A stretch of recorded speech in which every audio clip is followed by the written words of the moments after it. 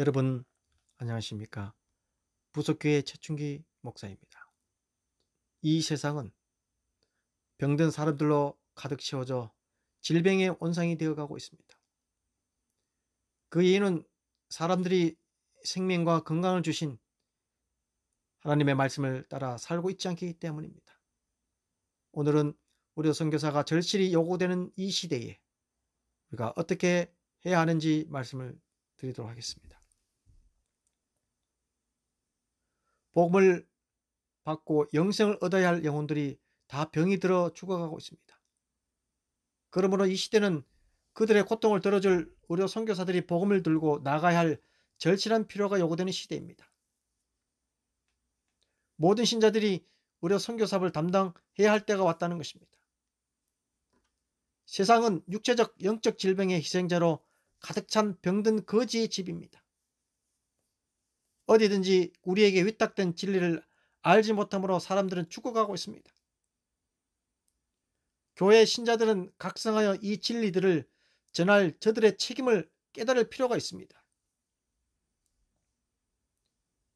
예수께서는 복음을 전파하고 병자들을 고치기 위하여 12사도를 내보내셨고 그 후에 70인의 제자들을 보내셨습니다. 하나님의 사업에서 가르치는 일과 치료하는 일은 결코 분리돼서는 안 된다고 교회정 8권 165쪽에 말씀하셨습니다. 사역자들, 의료복음 선교사들이 오늘날 절실히 필요합니다. 준비하는 일에 여러 해를 소모할 시간적 여유가 없습니다. 지금 진리가 들어가도록 열리는 문들은 머지나 영원히 닫혀질 것입니다. 지금 기회를 전해야 합니다. 지금 우리 앞에 열린 일터를 원수가 장악하도록 허용하며 기다리지 말라는 것입니다. 작은 단위의 조직된 무리들이 나아가서 그리스도께서 그분의 제자들에게 지정해 주신 일을 해야 합니다. 그들로 하여금 전도자로 일하게 하므로 또 우리의 출판물들을 뿌리고 만나는 사람들에게 진리를 말하게 해야 하는 것입니다.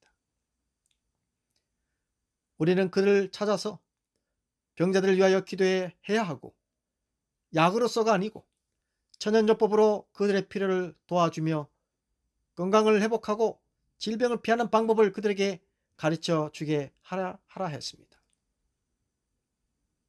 다른 분야의 사업들이 그칠지라도 의료 선교사업은 제일 마지막까지 남게 될 것이라고 화이트 해보 1901년에 말씀하셨습니다. 하나님의 말씀 마태복음 28장 19절 20절에 그러므로 너희는 가서 모든 족속으로 제자를 삼아 아버지와 아들과 성령의 이름으로 침례를 주고 내가 너희에게 분부한 모든 것을 가르쳐 지키게 하라. 볼지어다 내가 세상 끝날까지 너희와 항상 함께 있으리라 하시니라. 의료 선교 사업은 하늘의 인을 지닌 사업입니다. 의료 선교사가 된다는 것은 그리스도와 연합하여 하나로 일하는 것이므로 그 모든 일은 전적으로 그리스도의 일이 되는 것입니다.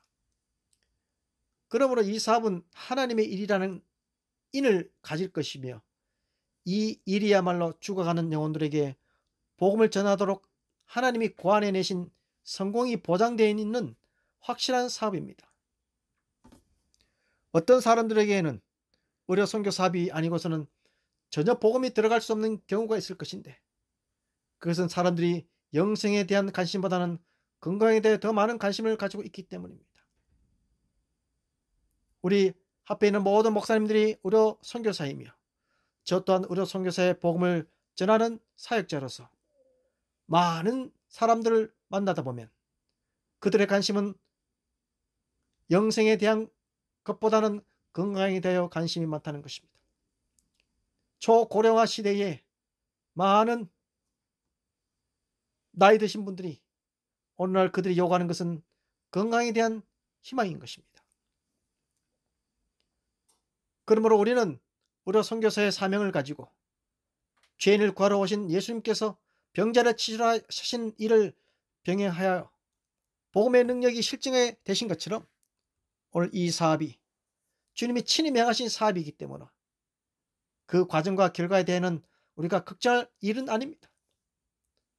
모든 것을 하나님께 맡기고 그분의 말씀에 믿음으로 순종할 때 하나님이 친히 책임지시고 일할 것이며 그분만이 영광을 받으신 일이 될 것입니다. 의료봉사 131페이지에 의료 선교 사업은 하나님이 고안하신 거룩한 일이다 하셨습니다. 저 또한 복음을 전하는 복음 사역자로서 전도봉사 519페이지에는 말씀이 저에게 큰 깨달음을 주었습니다. 만일 복음을 전하는 목사가 질병을 치료하는 방법을 안다면 목회 사업에 2배나 큰 성공을 거두게 될 것이다. 의료 선교사의 자격을 갖추고 육체적 질병을 치료할 수 있는 목사는 이 일을 할 수 없는 자보다 훨씬 능률적인 사역자가 될 수 있다. 복음을 전하는 목사로서의 자신의 사업은 훨씬 완전한 경지에 이르게 될 것이다 하였습니다. 저는 이 마지막 목회 사업이 오늘 하나님께서는 불원간 의료 선교 사업 외에 목회 분야의 사업을 전혀 할 수 없는 때가 오리라는 것을 하이프인은 말씀하셨습니다. 목사가 해야 할 일은 봉사하는 일입니다. 우리 목사들은 봉사하는 것에 대한 복음 계획을 추진해야 합니다. 우리가 의료 선교 사업 곧 치료하고 축복하고 힘을 대주는 복음 사업에 결정적인 관심을 보이기 전에는 결코 복음의 명령을 따르는 목사들이 되지 못할 것이다 했습니다.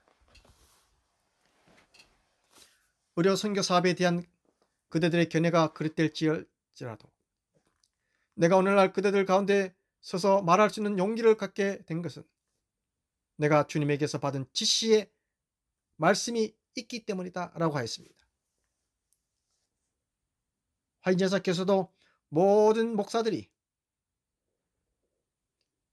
의료 선교 사업이 하나님의 사업이라고 말하고 싶다 하였습니다. 주님께서는 당신을 섬기는 모든 목사들이 이 대회에 참가하기를 바라신다 하였습니다. 의료 선교 사업을 지지하고 나가라. 그리하면 그 사업이 그대들을 사람들에게 접근할 수 있는 길을 열어줄 것이다. 그대들이 저들의 필요에 따라 봉사해 줄 때 저들의 심령은 깊은 감동을 받게 될 것이다.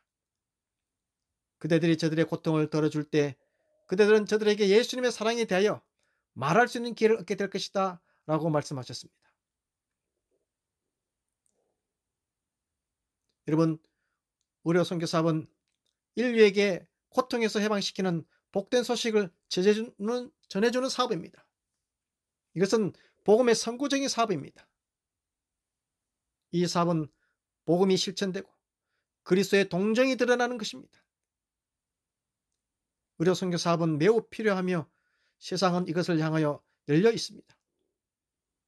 새로운 선교지에서는 어떠한 일도 의료 선교 사업만큼 성공하지 못하다라고 의료봉사 239쪽에 말씀하고 있습니다. 누가복음 5장 15절에 예수의 소문이 더욱 퍼지매 허다한 무리가 말씀도 듣고 자기 병도 나음을 얻고자 하여 모여왔습니다. 저는 복음사업과 의료선교 사업은 한 몸이라고 말하고 싶습니다. 복음사업과 의료선교 사업이 둘이 분리된다면 복음사업에 불구라고 할 수 있을 것입니다. 복음사업이 불구가 된다면 복음이 가지고 있는 심오한 진리를 나타내기는 불가능해질 것입니다. 왜 복음사업과 의료선교 사업이 한 몸이라 했습니까? 그것은 몸과 마음이 분리되어 존재할 수 없는 것과 같은 이치입니다. 우리의 믿음은 행함으로 완전하게 되는 것이며 하나님을 사랑하는 것은 그분의 말씀에 순종하는 것으로 입증될 것입니다. 그리스도를 믿음으로 말미암아 마음의 변화가 일어나면 그것은 반드시 몸을 통하여 나타나게 되어 있습니다. 이 몸과 마음의 관계를 바울은 믿음으로 말미암는 의의 복음을 제시할 때 다음과 같이 역설하고 있습니다. 에베소서 4장 15절로 16절 오직 사랑 안에서 참된 것을 하여 범사에 그에게까지 자랄지라. 그는 머리니 곧 그리스도라. 그에게서 온 몸이 각 마디를 통하여 도움을 입음으로 연락하고 상합하여 각 지체의 분량대로 역사하여 그 몸을 자라게 하며 사랑 안에서 스스로 세우느니라 하였습니다. 복음은 모든 믿는 자에게 구원을 주시는 하나님의 능력이 되는 것입니다. 믿음과 행함은 분리되어 있지 않습니다. 우리가 그분을 알면 그분을 믿고 사랑하게 될 것이며 그분의 기쁘신 뜻을 이루기 위하여 우리 자신을 그분께 온전히 바쳐야 할 것입니다. 오늘 저는 말씀을 마치면서 우리의 사랑은 이웃에게로 흘러 생명을 주는 강이 되고 목마른 영혼들에게 생명수를 제공하는 통로가 되어야 될 것입니다. 이것이 곧 복음사업과 의료 선교사업이 하나로 연결되어 있는 것과 같은 것입니다. 오늘 하루 복음이 모든 믿는 자에게 구원을 주시는 하나님의 능력이 되는 이 아침이 되길 간절히 바라면서 말씀을 마치겠습니다.